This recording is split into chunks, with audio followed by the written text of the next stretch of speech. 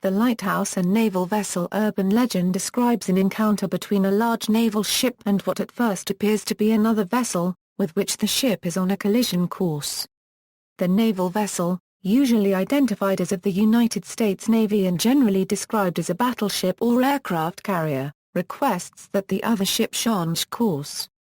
The other party responds that the naval vessel should change course, whereupon the captain of the naval vessel reiterates the demand, identifying himself and the ship he commands and sometimes making threats. This elicits a response worded as "I'm a lighthouse. Your call," a punchline which has become shorthand for the entire anecdote. It has circulated on the Internet and elsewhere, in particular since a 1995 iteration that was represented as an actual transcript of such a communication released by the Office of the U.S. Chief of Naval Operations. There appears to be no evidence that the event actually took place, and the account is implausible for several reasons. It is thus considered an urban legend, a variation on a joke that dates to at least the 1930s, sometimes referred to as the lighthouse versus the carrier, or the lighthouse versus the battleship. The U.S. Navy has a webpage debunking it, although this did not stop the former U.S. Director of National Intelligence Mike McConnell using it as a joke in a 2008 speech. Other speakers have often used it simply as a parable teaching the dangers of inflexibility and self-importance, or the need for situational awareness. In 2004, a Swedish company dramatized it in an award-winning television advertisement. Example: a commonly circulated version goes thus. Other vessels sometimes named in the transcript include the carriers Enterprise, Coral Sea and Nimitz, and the Missouri, a battleship. The location of the exchange has also sometimes been claimed to be Puget Sound, or off the coast of North Carolina. Some other times the lighthouse is located at Cape Finisterre. Some versions relocate it to the Irish or Scottish coasts. In the former case, the ship is sometimes identified as British, with the conversation taking place off the coast of Kerry in 1998. There is sometimes an additional line of dialogue where the lighthouse keeper tells the ship captain he is a seaman first class before the final exchange. The prefatory information sometimes notes it was released in response to a request under the Freedom of Information Act, and/or names Jeremy Boda, the incumbent Chief of Naval Operations on the stated date. Debunkings: The Virginian Pilot, the daily newspaper in Norfolk, Virginia, a city with a large naval presence, investigated the story after it had begun circulating extensively on and off the Internet in 1995.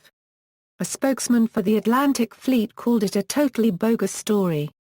Boda's office said it had not released any such transcript on the date in question. And not only was the story an old one, the ships commonly named in it were mostly either out of service by 1995 or not aircraft carriers. Other sources the paper consulted found more flaws with the story.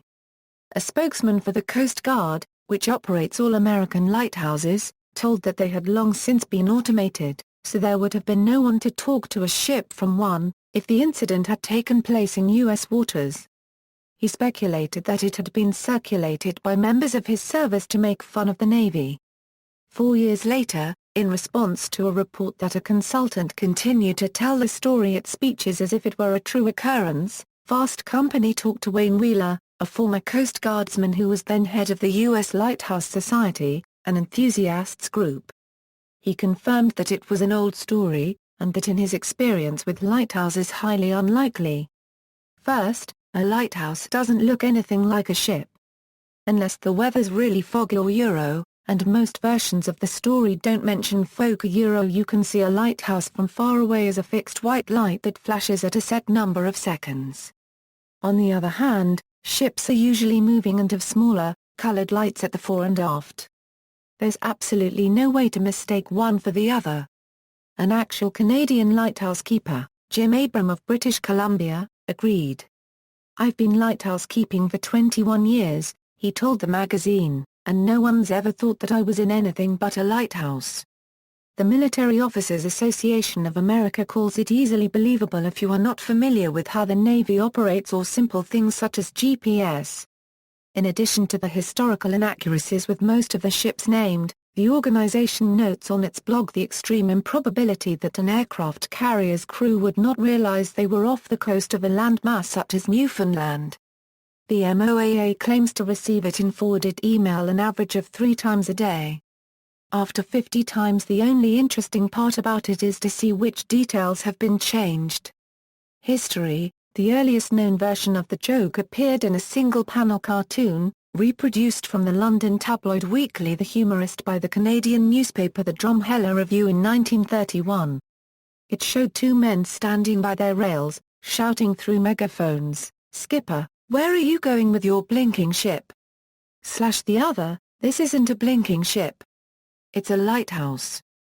In August of 1934, the London Weekly Answers, founded by Alfred Harmsworth, expanded the cartoon into a humorous anecdote, which was reprinted on both sides of the Atlantic. This version read. Variants appeared in humor books and periodicals over the next several decades. In 1943, Raphael Tuck and Sons issued a postcard version, with an illustration of the prow of an ocean liner and passing a uniformed man at the rail of a similar object. "Where the hell are you going on your perishing ship? This ain't no ship, it's a lighthouse."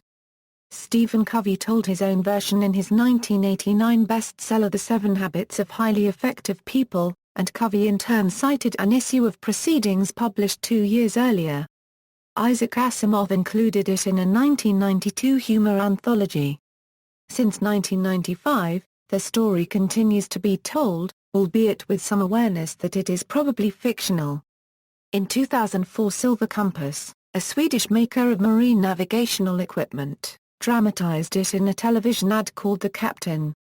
Its version was set in the Irish Sea, with a ship called the USS Montana and an Irish lighthouse keeper. The advertisement, filmed in English with Swedish subtitles, won a Bronze Lion at that year's Cannes Lions International Advertising Festival. 4 years later, in 2008, retired Admiral Mike McConnell, then Director of National Intelligence, used the anecdote at the beginning of a speech at Johns Hopkins University. He insisted it was a true story. "I was in the signals intelligence business where you listen to the people talk and so on," he told his listeners beforehand. "This is true. It's an actual recording." When he was later questioned on this, a spokesman said those statements were meant merely to set the audience up. Unregistered trademark SA technique. Comedians use it all the time to get the audience to buy in. Interpretations: most commentators who have used it in speeches or books point to it as Mickelson does, a lesson in the unimportance of self-importance. Felix Dennis, in whose retelling the story, represented as true, takes place off the coast of British Columbia, calls it his favorite story about the infallibility of power. He comments, "Oh, boy. Naturally that officer of the watch can never have lived it down. He will be nicknamed Your Call, or Lighthouse until the day he retires. All those years of saluting and keeping his nose to the grindstone destroyed in moments, because he believed the sun shone out of his backside." Others, particularly those writing about management for business audiences, see it as demonstrating the need for flexibility. Barry Mayer calls the intractability of some listeners the Abraham Lincoln syndrome after the ship named in his version of the anecdote, which he also represents as true. When the person you're dealing with refuses to let you go where you want to go, divert your course, he advises salespeople, echoing the language in the story. Smashing into lighthouses is not a successful navigational strategy no matter how pushy those lighthouses might be. Within a marital context, Gary Smalley uses it to advise husbands trying to reconcile with their wives that, like the Navy captain's attempts to manipulate the lighthouse, your attempts to control the situation could cause your wife to become an immovable rock and resent you more deeply. Another exegesis of the story is the importance of situational awareness. Christian media consultant Phil Cook tells the story, conceding that it's fictional, and uses it to demonstrate the importance of the research he reads, and knowing one's audience in particular. "We're blind unless we know who we're talking to.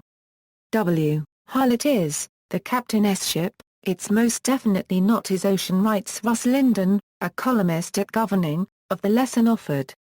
Some speakers think the anecdote is an overused cliché copyright. Alan Stevens, president of the Global Speakers Federation, noted that Covey was still using it in speeches in 2010, and reported that the same week he heard him use it, a client emailed him that 2 speakers at a political event she attended had used it. He tells those giving speeches to avoid not only the Lighthouse story, but the boiling frog story and the story about a young boy throwing beached starfish back into the sea. They may have happened once, but they won't have happened to the storyteller. What's worse, they are used so often, they have lost their impact. They should instead follow his example and tell stories of things that actually happened to them or that they did themselves. See also, Elbow of Cross Ledge Light, a New Jersey lighthouse that was hit by a ship in 1953, Moreton Bay Pile Light, an Australian lighthouse twice hit by ships. List of Internet phenomena, notes. References. External links, The Obstinate Lighthouse at Snopes.com, The Lighthouse Joke at Navy.mil.